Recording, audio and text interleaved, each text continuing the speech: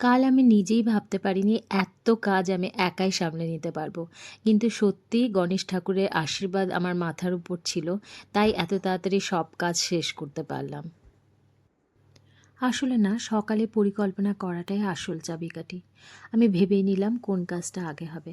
তাই সকালে ঘরের রান্নাটা আগে সেরে তারপর স্নান করে গণেশ ঠাকুরকে সাজালাম।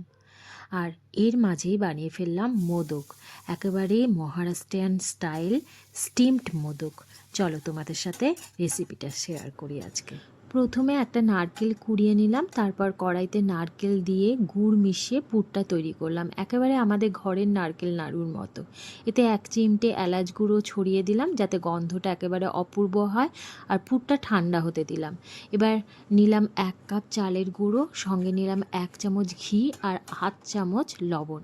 পরিমাণ মতো জল দিয়ে কম আঁচে নাড়তে থাকলাম। একসময় মিশ্রণটা যখন ভালো করে দলা পাকিয়ে যাবে তখন নামিয়ে নিলাম। ঠান্ডা হলে তাতে আরেকটু ঘি মিশিয়ে মসৃণ একটা ডো তৈরি করে নিলাম। এবারে মোদকের ছাঁচে হালকা ঘি মাখিয়ে নিলাম। ময়দার ডো নিয়ে ছাঁচে চেপে চেপে ভরে নিলাম। ভেতরে দিলাম নারকেলের পুর আর মুখটা বন্ধ করে দিলাম। ছাঁচ খুলতেই দেখো একেবারে সুন্দর মোদকের আকার নিয়ে নিল। এভাবে সব মোদকগুলো তৈরি করে নিয়ে মোদকগুলোকে কলা পাতায় 15 মিনিট স্টিমারে দিয়ে স্টিম করে নিলাম। একদম তৈরি অথেন্টিক মহারাষ্ট্রিয়ান স্টিম মোদক।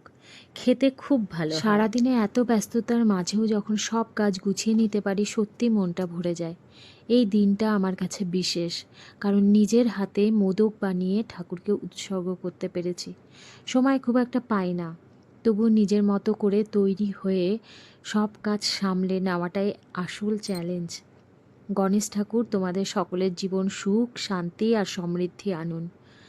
তোমাদের প্রত্যেককে ভগবান সুস্থ রাখুক, ভালো রাখুক।